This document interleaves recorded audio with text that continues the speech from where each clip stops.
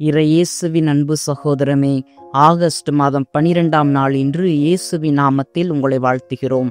ஆண்டவராகிய இயேசு கிறிஸ்துவின் அருளும் கடவுளின் அன்பும் தூய ஆவியாரின் நட்புறவும் உங்களோடு எந்நாளும் இருந்து பாதுகாப்பதாக.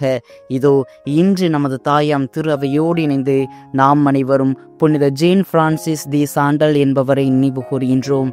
யார் இந்த ஜேன் பிரான்சிஸ் தி சாண்டல்? அப்படி என்னதான் செய்துவிட்டார் தனது வாழ்க்கையில்? வாருங்கள் பார்ப்போம். இவர் பிரான்ஸ் நாட்டின் டிஜோன் நகரில் பிறந்தார். இவர் பர்கண்டி மாநில பாராளுமன்ற அரசவை தலைவரின் மகள் ஆவார். 18 மாத குழந்தையாய் இருக்கையிலேயே தமது தாயை இழந்த இவர் தமது தந்தையால் கல்வி கற்பிக்கப்பட்டு அழகும் உற்சாக குணமும் கொண்ட மகிழ்ச்சியான பெண்ணாக வளர்ந்தார். 21 வயதில் பேரோன் தி சாண்டல் என்ற அரச குடும்பத்தை சார்ந்த ஒருவருக்கு திருமணம் செய்து வைக்கப்பட்டார். 28 வயதில் 6 குழந்தைகளுக்கு தாயானார். இதில் 3 குழந்தைகள் குழந்தை பருவத்திலேயே மரித்து போயின.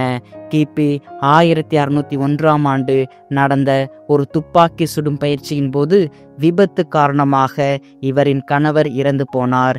இவ்வாறு வரிசையாக தமது குடும்ப அங்கத்தினர்களின் மரணத்தால் மனமுடைந்து போனார். இதனால் ஆன்மீக காரியங்களில் அக்கறை காட்டி வந்தார். கற்பு நிலைக்கான உறுதிப்பாடு எடுத்துக்கொண்டார். பல்வேறு தொண்டு பணிகளில் ஈடுபட்டார்.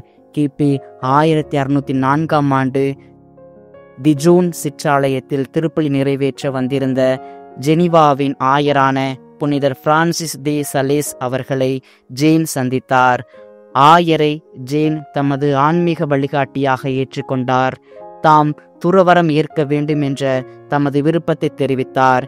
மேலும் புனித பிரான்சிஸ் தி சலேஸ் அவர்களின் உதவியுடன் கிபி 1610ஆம் ஆண்டு ஜூன் மாதம் 6ஆம் தேதி திருத்துவ ஞாயிறு அன்று திருவருகையின் அருள் சகோதரிகள் என்ற சபையை நிறுவினார்.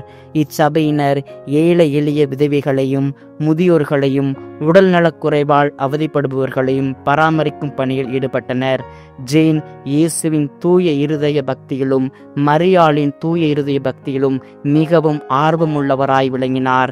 ஜேன் தனது வாழ்வை முழுமையாக ஏழை எளிய மக்களுக்காக வாழ்ந்து 1641ஆம் ஆண்டு டிசம்பர் 13ஆம் தேதி தனது 69வது வயதில் இறையடி சேர்ந்தார். இவ்வாறு வயது முதிர்ந்தவர்களையும் விதவைகளையும் உடல்நலக் குறைவால் அவதிப்படுபவர்களையும் கருணை மனம் கொண்டு நன்முறையில் பார்த்து கொண்டு இயேசு கிறிஸ்துவின் பாடுகளில் பங்கேற்ற இப்புனிதரை கொண்டாடும் நாம் இவரை போல் நாமும் முதிர்ந்தவர்களையும் விதவைகளையும் உடல் நலக்குறைவால் அவதிப்படுபவர்களையும் நன்முறையில் நடத்தி நம்மால் முயன்ற உதவிகளை அவர்களுக்கு செய்து வாழ இப்புனிதரின் பரிந்துரை ஜெபத்தை நாடி நாள்தோறும் நன்மை செய்வோம், இறையாசிர் பெறுவோம். மேலும் மீண்டும் நாளை ஒரு புனிதரின் வரலாற்று பாதையில் சந்திப்போம். கடவுள் இன்றும் நம்மோடு.